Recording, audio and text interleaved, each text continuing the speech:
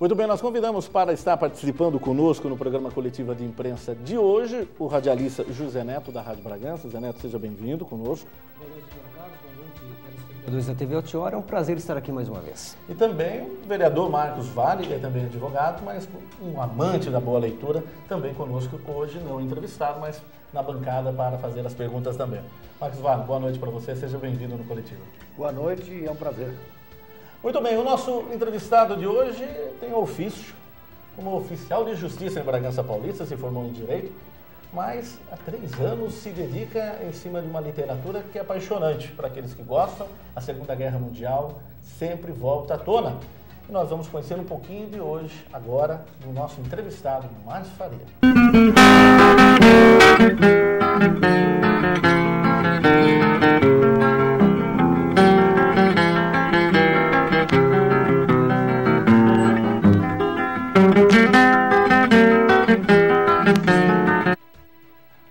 Então é um pouquinho do Márcio Faria, 41 anos, nascido em São Paulo. Ele estava conosco e ficará agora durante 1h30. Márcio, é um prazer recebê-lo. Seja bem-vindo ao programa Coletivo de Imprensa. Prazer é meu, muito obrigado. Boa noite a todos. Você viu a frase, eu já tinha dito isso para você, do Guimarães Rosa, né? Escrever é uma arrogância, publicar é uma humildade. Sentiu isso? Senti. Dá uma insegurança tremenda, né?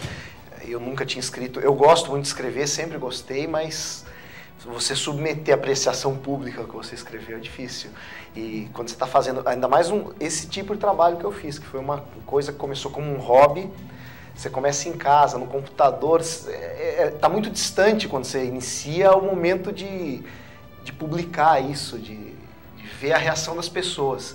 Então, a hora que vai chegando, que você vai realmente submeter isso à apreciação das outras pessoas, dá uma insegurança, porque eu não tenho esse gabarito de escritor atrás de mim. Eu sou oficial de justiça, na minha profissão, uma coisa que eu fiz com um hobby. É óbvio que a gente tem carinho pelo que faz, acha que está fazendo bem feito, faz com cuidado, mas o romance de estreia sempre traz isso, né? É difícil. Sempre traz isso também. A pergunta que eu vou fazer em relação à Segunda Guerra, se é uma paixão sua já desde a infância, vou fazer um testemunho aqui até para vocês aqui. A minha mulher é professora de História. E ela estava falando exatamente de Segunda Guerra para alunos aí, do Fundamental, e ela levou o filme A Lista de Schindler, achando eu até quando particularmente ela foi exibir isso para os alunos, achei que ninguém vai se interessar. E se interessaram muito e pediram para repetir o filme, que tem 3h20. Apaixona ainda a Segunda Guerra Mundial? Você desde pequeno sempre gostava de saber um pouquinho do que aconteceu? Apaixona. A gente abandona, tem essas paixões de adolescência, de infância, é mais adolescência. Eu li muito sobre a Segunda Guerra, assim, uns 13, 14 anos, até uns 17, 18, e depois você passa a ler outras coisas e deixa um pouco, você vai ficar só... Isso tem gente que se especializa, até se eu tivesse estudado História, como eu comecei a estudar História, mas não concluí, talvez eu tivesse estudado mais depois. Mas eu abandonei, ficou de lado. Mas é uma coisa que sempre continuou me apaixonando. Eu sempre gostei de ver filmes sobre a Segunda Guerra, documentário. Não continuei com essa ênfase em Segunda Guerra, mas toda vez que tinha algum tema, eu sempre... Tinha algum filme que o tema era Segunda Guerra, ou livros, eu sempre busquei me informar, porque eu gosto. Uma curiosidade, a primeira vez que eu viajei, que eu fui para a Europa, eu fui para Auschwitz. Você falou da lista de Schindler, eu tinha uma curiosidade de conhecer o campo. Eu fui para a Polônia, eu tive nos campos lá. São 2 campos, né? Birkenau e Auschwitz. É impactante, é super interessante. Assim. Tem gente que fala, até para que visitar um lugar desse? Mas para mim tem uma curiosidade histórica tremenda. É lógico que é triste, mas eu não tenho envolvimento pessoal. Óbvio que para os parentes, para quem é de origem hebraica ou teve parente envolvido, deve ser uma coisa muito difícil. Para mim, é uma curiosidade histórica, não está tão longe no tempo como um Coliseu romano, mas para mim não diz tanta coisa. É triste, mas não me atinge pessoalmente, então é óbvio que... não é que você gosta da guerra, você gosta da história, é isso, né? Eu gosto de história, eu gosto de história em geral. E a Segunda Guerra, ela me atrai pelo drama que envolve, pela intensidade das coisas que acontecem. A política, isso que é também legal, porque moleque com 14, 15 anos, você gosta de ler sobre batalhas, sobre os exércitos, esse tipo de coisa. Depois você vai aprimorando, seus interesses vão melhorando. Eu comecei a ler sobre política que envolvia os antecedentes. Tem um livro muito bom do Alan Taylor, do inglês, que são As Origens da Segunda Guerra, que é fascinante, que dá toda o período anterior à Segunda Guerra, todos os acordos e desacordos, as traições, todas as alianças políticas que foram sendo feitas e a evolução política da Europa até o desencadear da Segunda Guerra, não só da Europa, mas como da Guerra Sino-Japonesa, é bem legal. Eu vou passar aqui para o Marcos Vale já para a gente começar. Eu mostrei o livro, quer mostrar de novo? Esse é o livro A Casa das Laranjas, do Márcio, tá? Esse é aquele empenho próprio, né, Márcio? Para levar para a edição, tá aí, ó, maravilha. Bom, para quem já leu, eu gosto muito de quando a gente consegue se reportar um pouquinho ao passado. E é uma leitura deliciosa, você vai acompanhar, principalmente quem é de Bragança, que parece que você está vivendo na cidade daquela época, né? Quando ele detalha bem as ruas, como era, aí lembrou de pessoas, né, conhecidas da gente, quando lembrou do Zorinho, que é pai do Toninho Ramalho, fiquei muito feliz até de lembrar, quer dizer, parece que a gente está voltando ao passado. É um mergulho muito gostoso também. Marcos, fica à vontade. Eu li o livro em 2 dias, ele é muito gostoso de ler. O que eu gostei nele, que ele não é ufanista, porque a gente sempre aprendeu nas escolas que o Brasil teve uma participação, até parecia que o Hitler acabou por causa do Brasil. E você mostrou com muita sutileza no livro, primeiro que as Forças Armadas, o Exército Brasileiro sofria de todas as privações, era extremamente desorganizado. E outra coisa, você não fez aquele papel ufanista, até explicando que aquele Monte Castelo não era tão importante assim, embora tivesse a sua importância e morressem muitas pessoas lá. Você sofreu alguma crítica por causa disso, Márcio? Alguém contestou isso, falou, poxa, mas você escreveu um livro, você falou mal das Forças Armadas, né, da FEB. Você minimizou os heróis? Você minimizou os heróis. Porque as pessoas, normalmente, os alemães são os demônios e os aliados eram os deuses, né, eram os anjos. E você não colocou assim, você foi realmente historiador. Sofreu crítica por isso? Não, até agora não. É surpreendente porque eu esperava. Uma preocupação muito grande que eu tinha era essa.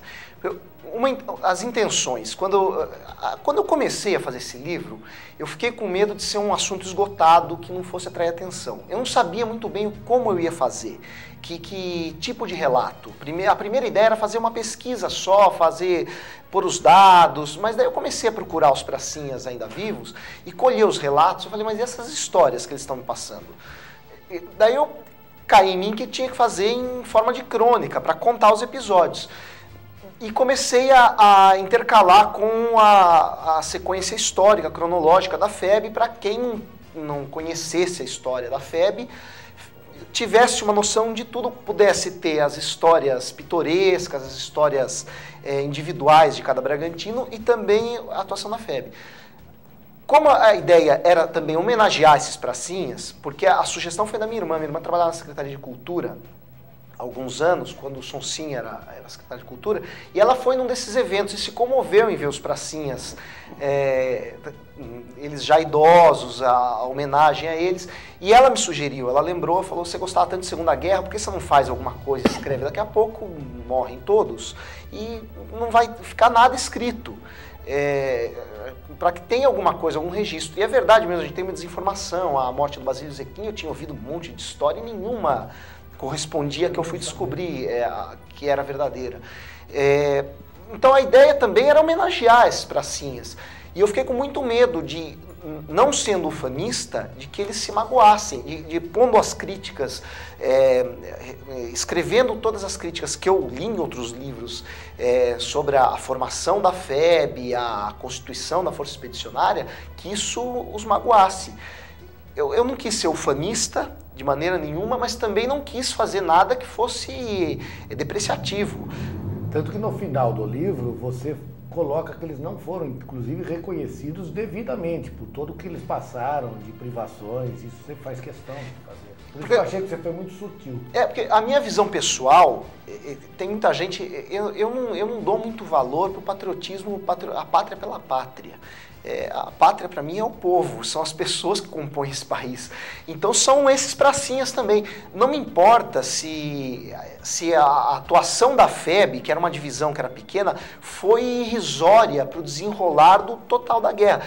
Uma coisa que eu fiz questão foi dimensionar. Era uma divisão de exército, são 15 mil homens na linha de frente, mais 10 na reserva. Eram 25 mil homens numa frente de batalha que eles ocupavam uma região de 15 quilômetros de extensão. Na península toda que tinha a linha gótica, eles estavam em 15 quilômetros. A gente não pode exagerar a importância disso. Agora, uma vez dimensionado, tem a sua importância. A guerra é feita de pequenos episódios também.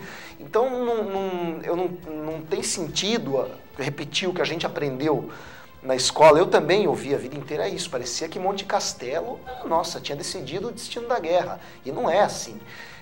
Mas o drama humano que eles viveram, o que isso significa para a nossa cidade, ter tido 40 e tantos jovens bragantinos que foram para a Itália, que lutaram na guerra, que participaram de um episódio histórico tremendo. Isso para mim já é o suficiente para que tenha seu valor. A gente tem que reconhecer, isso compõe, isso enriquece a história da nossa cidade, isso do país e da cidade, consequentemente, se a gente for diminuindo em escala, né? E a minha preocupação era essa, mas até agora eu não tive nenhuma crítica que eu fiquei com medo mesmo. Algumas pessoas até comentaram, falaram, não, veja bem, criticar, algumas pessoas que eu conversei antes, e eu fiquei com medo, mas depois quando leram perceberam que o tom que eu quis dar é simpático a eles. É uma intenção homenagear. E é óbvio que isso não é privilégio meu. Tem um livro do William Vac muito bom que chama As Duas Faces da Glória, que acho que foi o primeiro livro que realmente dimensionou a atuação da FEB. Só que eu ouvi dizer que ele virou um inimigo dos pracinhas. Eu cito até no livro, eu faço referência que ele foi na Alemanha, levantou documentos, e ele dimensionou exatamente como era, mas ele não é depreciativo. Mas como foi o primeiro livro, óbvio, William Vac, o impacto que teve, ele foi muito criticado. Eu ouvi dizer, não sei se procede, que os pracinhas têm bronca dele por conta disso. Agora, tem coisas que eu acho terríveis. Tem um filme do Silvio Bach, não sei se você já viu, a Rádio Auriverde. Eu acho triste aquele filme, porque é deboche. Tem imagens fantásticas, eu assisti, lógico, também me interessa, mas parece o deboche pelo deboche. Talvez ele tenha tentado atingir o regime militar, os militares, ou o comando da FEB, mas o que eu soube é que os pracinhas, quando foi lançado, teve muita gente que saiu chorando do cinema, eles se sentiram humilhados. Eu acho que a gente tem que tomar cuidado, mesmo que a gente queira criticar, para não ferir a sensibilidade das pessoas que sofreram com isso. Mesmo porque algumas pessoas podem estar vendo de 40 e poucos bragantinos, mas uma época lá de 1940 e pouco, isso mexia com uma sociedade de uma forma, né? Porque pessoas de famílias. Apenas o Basílio Zequim que faleceu, né? Foi. Eu queria parabenizar o Márcio, né, pela iniciativa e pelo livro. Eu tenho algumas colocações para fazer. Primeiro, eu ainda não tive o prazer de ler o seu livro, eu sou uma pessoa muito honesta e sincera, acho que os meus amigos de bancada aqui sabem o meu jeito de ser, mas eu queria que você até colocasse, nesse momento que vocês falaram da crítica, né? Primeiro, por que o título A Casa das Laranjas? E segundo, a imprensa em si hoje, a mídia, né? Levando mais informações, não está na hora de esses mitos caírem e de acabar, por exemplo, nós não tivemos o grito da independência de Dom Pedro I, que é o que a gente aprende na escola, depois que você chega na faculdade você vê que não é isso. A imprensa também tem um poder importante nesse momento, Márcio? Tem. Bom, primeiro, o título A Casa das Laranjas, eu achei que era emblemático, além de eu achar que ficou um título bonito, eu achei que era emblemático da preparação precária que eles tiveram. Porque a Casa das Laranjas foi um barracão de laranjas em Taubaté, para onde o 2º Batalhão do 6º RI, que era onde estava concentrada a maioria dos bragantinos, tinham em outros batalhões também, eles foram dividindo, os batalhões foram sendo formados para compor o 6º RI em Caçapava e foram sendo divididos e mandados para outras cidades, porque o quartel não comportava todos os batalhões. O 3º foi para Lins, o 1º permaneceu em Caçapava e o 2º foi para Taubaté. Como não tinha quartel em Taubaté, a prefeitura alugou um barracão de laranja e um depósito de laranjas e passou para o exército, para que lá eles ficassem hospedados. E lá eles improvisaram um quartel, e o período maior de treinamento desse batalhão foi hospedado nesse barracão. Então eu acho que é emblemático quanto à precariedade da preparação dos pracinhas. Óbvio que os outros foram em outros batalhões, como eu concentrei a história mais nos Bragantinos, claro. Os outros devem ter tido seus problemas também de má preparação, que devia ser similar, mas eu achei que caiu bem para o título do livro. Quanto a essa questão dos mitos, eu acho que está caindo. Ninguém mais tem essa visão ufanista, quer dizer, ninguém mais não, mas pouca gente, eu acho que ainda tem essa visão ufanista da atuação da FEB na Segunda Guerra, como tinha nos anos 70, quando eu estava na escola, o Marcos também se lembra que a gente aprendia, Monte Castelo parecia ter sido um negócio tremendo. Daí eu acho que isso surte um efeito contrário, porque uma vez que a coisa é dimensionada corretamente, as pessoas que acreditaram nesse ufanismo se decepcionam e muita gente parte para o deboche. Eu acho que nem uma coisa nem outra. A gente tem que dimensionar corretamente e saber respeitar a importância que teve para a nossa história. Quanto a alguns mitos, eu até acho que a imprensa às vezes colabora com a perpetuação de certos mitos. Lógico que também desmascara muita coisa, mas eu até acho que, você fala do grito da independência, certos mitos, tem muita coisa que a gente lê na história que é saboroso e que vale a pena, desde que a gente saiba que eu não vejo necessidade de tanto rigor em certos gestos. Eu acho. É uma representação da... O Rei Leônidas, eu acho maravilhosa, aquela de Esparta. Lá do... Eu também adoro essa história. As flechas são tantas que... Tanto melhor combateremos a sombra. É fantástico, é lindo. Não importa se aconteceu. É tão bom que merece ficar registrado por a história. O maior inimigo da guerra é o quê? A mentira ou a verdade? Eu acho que é uma grande pergunta essa. É verdade? O maior inimigo do quê? Da guerra. Da guerra? De uma guerra, é verdade ou é Depende do ponto de vista, acho, né? Dos dirigentes, sim, deve ser a verdade. Sem dúvida. Hitler, ele tentava maquiar a verdade o tempo inteiro. Mais uma colocaçãozinha, Márcio, rapidamente. Nós vimos aí na apresentação do seu perfil que você fez questão de mostrar você no tiro de guerra com a farda. Isso influenciou, de certa maneira, você a fazer isso, ou você realmente é um apaixonado pela história ou também gosta das Forças Armadas? Não, eu não tenho essa paixão. Eu fiz tiro de guerra como voluntário, eu queria fazer. Eu queria brincar de soldado. Eu fiz com 17 anos, eu me diverti, acho fantástico. Você faz paintball, você gosta de arma. Não, odeio arma, não tenho, não teria jamais. Não faço paintball, já fiz uma vez, mas brincadeira.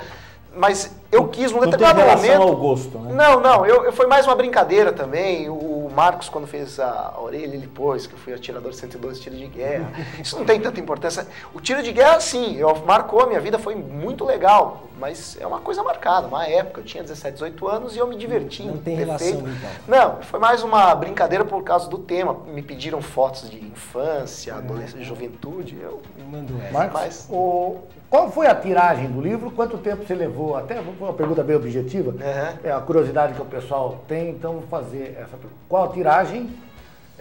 Vai sair uma segunda edição? Como é que ele está sendo vendido? E quanto tempo você levou para escrever? A tiragem foi de 1000. Eu acho tem um exagero, porque o âmbito dele ou de abrangência eu acho que é local mesmo, não tenho como, que pretensão poderia ter. Eu acho também. Ele dá para entrar fora, porque embora fale de Bragança, ele me trouxe informações que eu ignorava sobre o Sei. Não, eu seria hipócrita se eu dissesse que eu acho que eu fiz uma coisa que não vai interessar. Eu até acho que uma pessoa que não seja de Bragança, se lê, talvez possa gostar, porque eu tentei fazer de um jeito que descreve toda a formação da FEB, a atuação da FEB na Itália, e também as histórias não comprometem, acho tanto, mesmo que você não conheça os personagens, eu tentei pôr de uma maneira que seja agradável de ler. Me desculpe, eu não sei se você se baseou, não estou falando de plágio, estou falando de estilo, hein? Sei. No livro do Saulo Ramos, que ele pegou uma história-chave, e fazia várias historinhas com pano de fundo para... Não li. Saulo Ramos não li. O Saulo Ramos usa esse sistema que você usou. Sei. Ele joga a história a fundo, né? Uma história no fundo e vai jogando várias historinhas. Você sabe uma coisa que você falou agora, uma coisa que eu tinha medo, até por não ser... Eu não tenho técnica nenhuma, nunca fiz oficina de de escrita, de criação literária, nada.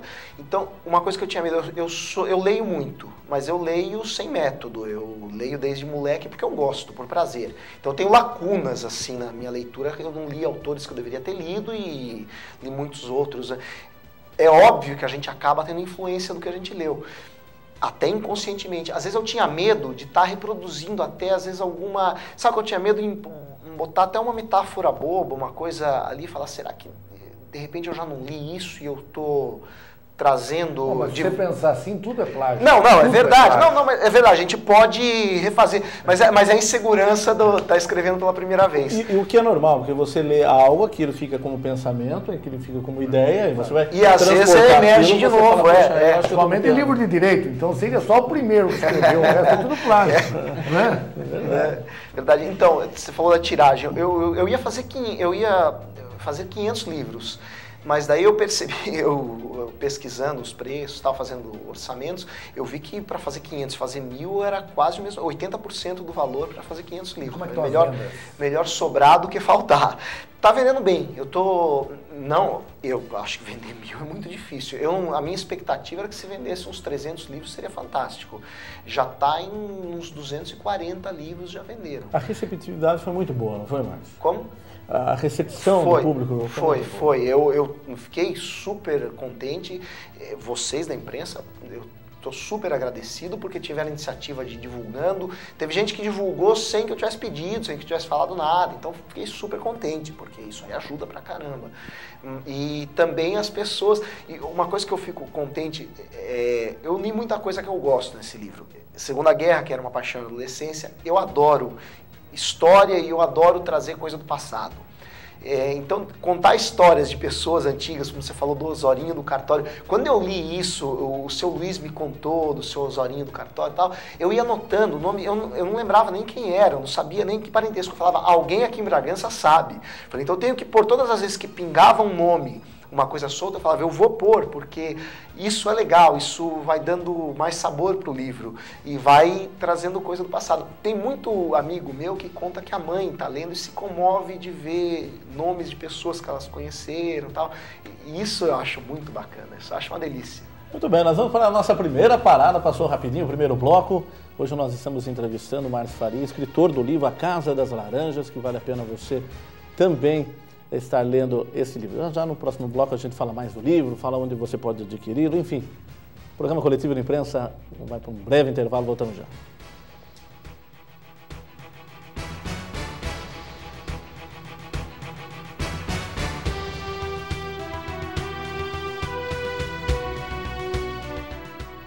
Muito bem, estamos de volta com o programa Coletiva de Imprensa para você.